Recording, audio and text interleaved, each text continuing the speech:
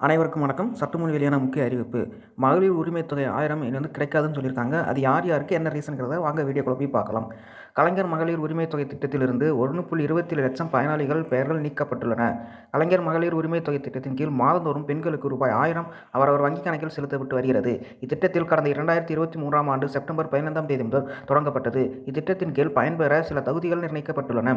அந்த வகையில் கடந்த அக்டோபர் மாதம் வரை 1.15 கோடி பேர் இந்த திட்டத்தில் பயனடைந்து வருவதாக சொல்லப்பட்ட நிலையில் தற்போது 1.27 லட்சம் பெண்கள் இத்திட்டத்தில் இருந்து நீக்கப்பட்டுள்ளதாக ஆர்டிஐ மூலம் தகவல் கிடைத்துள்ளது. இதனால் பயனாளிகளின் எண்ணிக்கை 1.15 கோடியிலிருந்து 1.14 கோடியாக குறைந்தது. அதிக வருமானம், திட்டத்தில் சேர்ந்ததும் நிலம் வாங்குதல், அரசு பணிகளில் பெற்றது உள்ளிட்ட காரணங்களுக்காக பயனாளிகள் நீக்கப்பட்டுள்ளதாக கூறப்படுகிறது.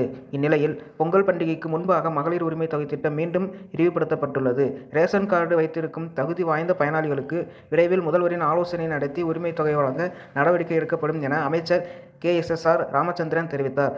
ஆனால் இதை பலர் தவறாக புரிந்து கொண்டனர். அதாவது ரேஷன் கார்டு வைத்திருந்தாலே உரிமைத் தொகை கிடைக்கும் என நினைத்து கொண்டனர்.